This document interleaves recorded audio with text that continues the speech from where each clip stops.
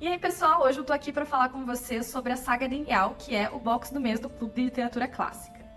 Eu deixei esse vídeo, que eu vou falar sobre a saga mesmo, por último, de propósito, porque antes eu senti que eu precisava falar um pouco sobre o tema com vocês, sobre o contexto das sagas islandesas, o que são sagas islandesas, né, que são muito peculiares, afinal é uma narrativa ambientada lá no século X, registrada no século XIII, então é uma obra que tem uma estilística própria, e é vinculada a um lugar e uma época muito distante, né? Por isso que se você tá aqui assistindo esse vídeo e ainda não viu os vídeos anteriores, eu acho que seria bem interessante dar uma conferida, porque é algo que pode ajudar a compreensão das histórias que são narradas no livro e também na forma como elas foram escritas. E aproveitando, não esquece de deixar o seu like aqui e se inscrever no canal para ficar ligado no conteúdo que a gente está produzindo para vocês todo mês. A saga de Nial é uma das mais longas e, pelo que eu dei uma pesquisada, ela é considerada uma das melhores e mais famosas entre as sagas de islandeses.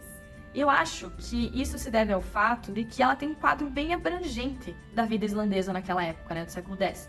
Ela tem uma ampla gama de personagens e histórias emaranhadas. São 159 capítulos, microcapítulos, que nós vamos conhecendo pouco a pouco centenas de personagens e muitos deles que são só mencionados para fazer referência à ancestralidade. Por exemplo, toda vez que um personagem é apresentado, vai aparecer de onde ele é, de quem ele é filho, quem são os seus parentes, seus familiares, antepassados. E eu acho que isso é muito porque essa saga foi registrada com base numa tradição oral familiar, né? Se vocês viram os outros vídeos que eu falo sobre isso, vocês vão saber que é um registro muito antigo, do século XIII, mas ambientado no século X, e foram histórias que foram passando de geração por geração.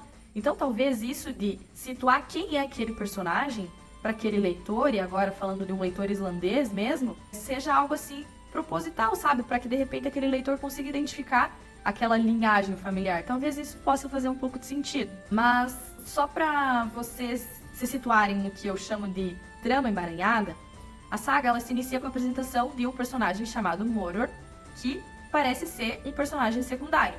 Porque logo depois, nos primeiros capítulos, vai ser narrada a história de outros dois personagens, do Hútur e do Húskolt. E o Nial, que é quem dá título à saga, e é um dos protagonistas aí da narrativa, da maior parte da narrativa, só vai aparecer no capítulo 20, ou seja, já dá pra ter uma ideia de como que vai ser essa leitura, né? Uma coisa bem emaranhada. Não dá pra você chegar com aquela expectativa de encontrar uma espécie de biografia do personagem Nial, como se fosse um romance histórico, ou algo que se assemelhe aos clássicos épicos, tipo Senhor dos Anéis, assim, que tem uma certa unidade de narrativa. Não é esse o caso da saga de Nial. Primeiro porque existe uma distância temporal do narrador, né? São histórias ambientadas 200, 300 anos antes dos seus registros que vieram de uma tradição oral também.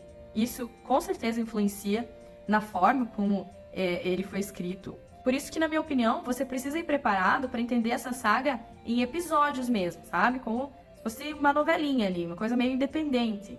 Isso por si só já vai diferenciar do que a gente costuma ver por aí, né? Do Tolkien ou até o próprio enredo do Game of Thrones.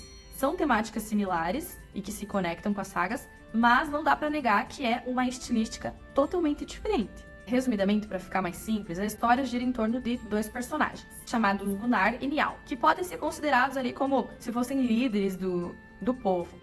O Nial é um homem sábio, muito conhecido pela sua sabedoria, habilidade, né, capacidade de prever e resolver os problemas jurídicos, é como se ele fosse um advogado mesmo. E o Gunnar, que seria mais para um guerreiro medieval. Então, enquanto o Gunnar é um homem de uma habilidade física notável, o Nial já é uma pessoa que tem uma habilidade intelectual. Eles são amigos, né? E eles vão se ajudando. Por exemplo, o Nial, como ele é muito inteligente e tem essa habilidade de aconselhar e resolver as coisas, ele vai ajudar muitas vezes o Gunnar quando ele tá precisando ter algum problema, né? Se meteu numa confusão, infringiu a lei. Enfim, eles têm essa amizade. E aí, aqui, a gente tem que lembrar que nós estamos falando de uma civilização medieval onde as pessoas resolviam as diferenças basicamente brigando.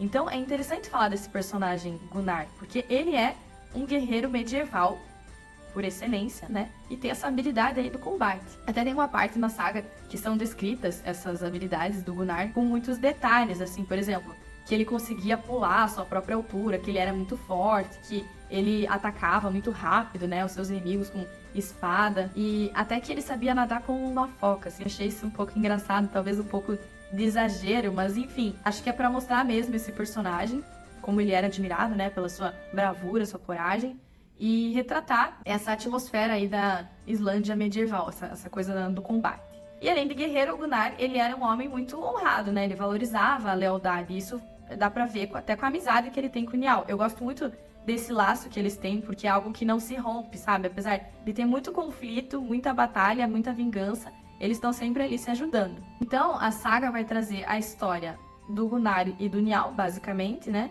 Nós temos a descrição dos seus feitos, dos seus casamentos, inclusive da inimizade entre as suas respectivas esposas, que é um ponto bem alto, assim, da narrativa, essa rivalidade que existe entre elas. É uma coisa que vai desencadear uma série de brigas, vinganças, mortes e, inclusive, no próprio episódio de incêndio na casa do Niall, né? Que vai matar em algumas pessoas. Mas eu não vou falar muito sobre essa cena para não dar spoiler. A minha intenção aqui não é narrar toda a história com tantos detalhes, até porque são muitos personagens e muitos fatos. Na verdade, a minha intenção é mais apresentar esse livro para vocês, né? Trazer um pouco assim da temática para que vocês fiquem com vontade de ler e estejam preparados também para o tipo de leitura que vai ser. Acho que isso é bem importante. Definitivamente é um livro que te faz sair da zona do conforto. Ainda que todo clássico exija um certo esforço interpretativo, a gente sabe disso, esse talvez exija um pouco mais, pela linguagem, pela quantidade de personagens, uma pronúncia de nomes bem diferente. Também, assim, a tradição narrativa islandesa, né? É algo que, apesar de refletir muito na nossa cultura hoje, eu posso imaginar que um islandês lendo isso é como se ele estivesse lendo a própria história, então deve ser algo sensacional. Mas pra gente, né, é importante conhecer muito bem o contexto para daí sim apreciar do jeito certo. Então, se você quiser saber um pouco mais sobre isso, é só ver os outros 2 vídeos que tem sobre a saga aqui no canal. Tem algumas informações que podem te ajudar. E não se esquece de deixar o seu like para apoiar aqui o nosso trabalho no canal. Se inscreve, compartilha também para incentivar aquele amigo a sair da zona do conforto e conhecer um pouco mais desse clássico da literatura islandesa. Boa leitura e até a próxima!